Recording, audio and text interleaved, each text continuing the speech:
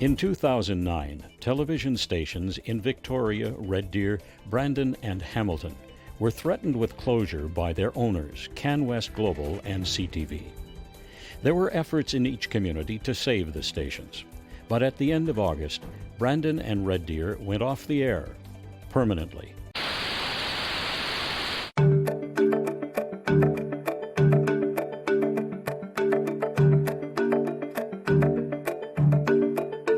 CKX News at 6. Good evening, and thanks for joining us. It's no way to start off a cast, but we begin tonight with a goodbye. As of 7 o'clock tonight, CKX Television will cease to exist. The loss of two small market television stations is evidence of larger issues around media democracy in Canada. Private broadcasters claim they can't operate without a profit, and their actions are a demonstration that they mean it. Meanwhile, an important voice has been silenced in each community. Now, Vancouver Island's most watched newscast, CHEK News. Here's Scott Fee. Good evening. More tonight on the alarming situation in Greater Victoria where CHEK... An extraordinary venture on Vancouver Island is challenging conventional wisdom about broadcasting and community service. Despite CanWest's best efforts to shut down CHEK-TV, members of CEP Local M1 Victoria have taken over. Not only are they running the station, they're part owners who are making a profit. The whole way things are done now is completely different. It's not a top-down hierarchical organization. It's, everybody's involved in every day-to-day decision, and everybody's, it's a two-way street. We're giving ideas and directions to management, and it's coming back. CHEK-TV was British Columbia's first privately owned television station when it started broadcasting in 1956. It was a money-making enterprise, but all that changed when it became part of the CanWest Global empire. After a decade of losses in the millions every year, CanWest had had enough. Good evening. It has been a huge part of Vancouver Island's identity for more than half a century. And now, despite being the #1 island newscast, parent company CanWest Global is taking CHEK News off the air at the end of August. The CHEK-TV logo has been part of Vancouver... As soon as CanWest announced the station's closure, CHEK-TV employees and managers started looking for a new buyer.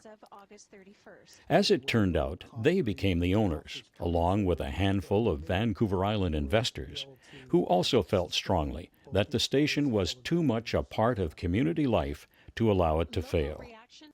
Among those outside investors is a businessman who had already overseen an employee buyout of a failed pulp mill near Nanaimo.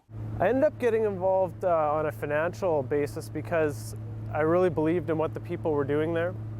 I thought that they had a good plan going forward, and it was a real ground-up movement. And if you're going to have an employee model that works and that makes sense, it has to come from the people. Good afternoon, I'm Alicia Asquith. It's Friday, November the 13th. Let's take a look at the stories making headlines around the province at this hour. With the help of interest-free loans provided by Global TV locals across Canada, more than 40 union members were able to come up with $500,000 to purchase their share of the new company. It was this remarkable commitment that convinced outside investors it was worth the risk. CHEK News with Stacey Ross, weeknights at 10. Your island's own. All of us believed that a station could survive here, but it's a huge investment. These people have families, and they were scared about the money, to be quite frank. I think they believed it could work, but they were scared to make that financial commitment. I love what I do at CHEK, and I believe there's a real value in local news. I thought that there was a good investor plan that we had put together, management had put together, and I looked at it pretty closely, I think more than even some of my other workmates, because I wanted to be convinced myself that it might be something that would work, and I felt it would work, and so I was happy to throw my money in. Outstanding product, outstanding service. No wonder all roads lead to Campus Honda in Victoria. The bottom line is advertising. Without top-rated entertainment programming, the station must sell its news content to mostly local advertisers. there is nothing guaranteed about what we're trying to do. We know it's an uphill battle. We know CanWest said it was a losing battle.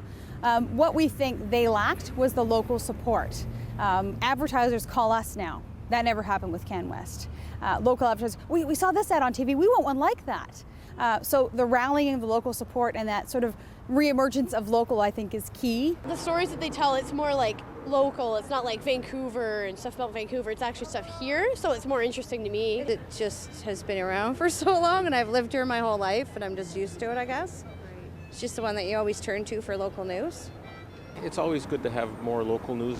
You get a local perspective, and it's better to have more than just one local perspective. It's important so you get to know what's going on locally rather than from other sources. Yeah, I think it's really important. I see their news all the time. Yeah, and the Island 30 and all that, it's really good. It's important. Municipal and local stuff is very important, and having local TV is huge. Yeah, especially with the Times columnists, cutting back their subscriptions and cutting back on their staff writers. It's all, wire news now. Hi, I'm Ed Bain, weather guy and co-owner of CHEK News. Thanks to all of you for your support to help us save CHEK News. We're all very excited and very broke. Despite their initial optimism, workers at CHEK face a daunting challenge. How can a local cooperative succeed where the giant CanWest failed? If you buy something for $1, you have to sell it for more than $1 to actually make money. Network television doesn't do that. They buy programs from the US and they pay as much as they can so they can have the top-rated programs. And if they buy them for $1 million and sell them for $800,000 and sell out, they have this, yes, we sold out. And then at the end of the year they go, except we lost money. That's not our plan. Our plan is we will buy programs that we can actually sell for more than we pay for them. It's at the Health Ministry building on Blanchard. Local TV is local voice. It shows the diversity of the community. It allows community groups to communicate with the community and reach out to the community. And without that, we're really kind of more than before cut off from one another and cut off from the solutions to the current crisis we're dealing with. So it's just one less avenue for us to communicate with one another, especially when you have a station that's part of the community as CHEK-TV is. From the capital, this is a BC News and Weather Update. Here's Tess Van Stratton. Good afternoon and thanks for joining us. Here's a look at what's making news around our province. CHEK's commitment to reflecting Vancouver Island communities through quality journalism stands in sharp contrast with corporate-owned television's focus on prime-time programming. Their commitment doesn't have to answer to the lords of the shareholders. Their commitment is to the community. Our members and others have stepped forward and said we are committed to this community, committed to this craft. We know our community well, we know our craft well. We're committed enough to know that we can make a go of it, and we're prepared to make a go of it. So there was a lot of pride there. Tonight we can tell you that after 53 years of being the #1 station on the island, a deal by the employees and several local investors has been accepted by CanWest. CHEK-TV has been sold and is now not only your island's own, but your island's owned. Our democratic system can only function well if we have an informed population. The continuing trend of newsroom downsizing by media corporations directly impacts on both the amount and quality of information we all need to make decisions affecting almost everything in our daily lives. But the reality is that Ottawa and its broadcast regulator are unwilling to protect this most valuable resource. The unexpected and encouraging experiment by a group of CEP members has the potential to show our reluctant leaders there is an alternative to the corporate model based on chasing profits with CSI and Monday Night Football.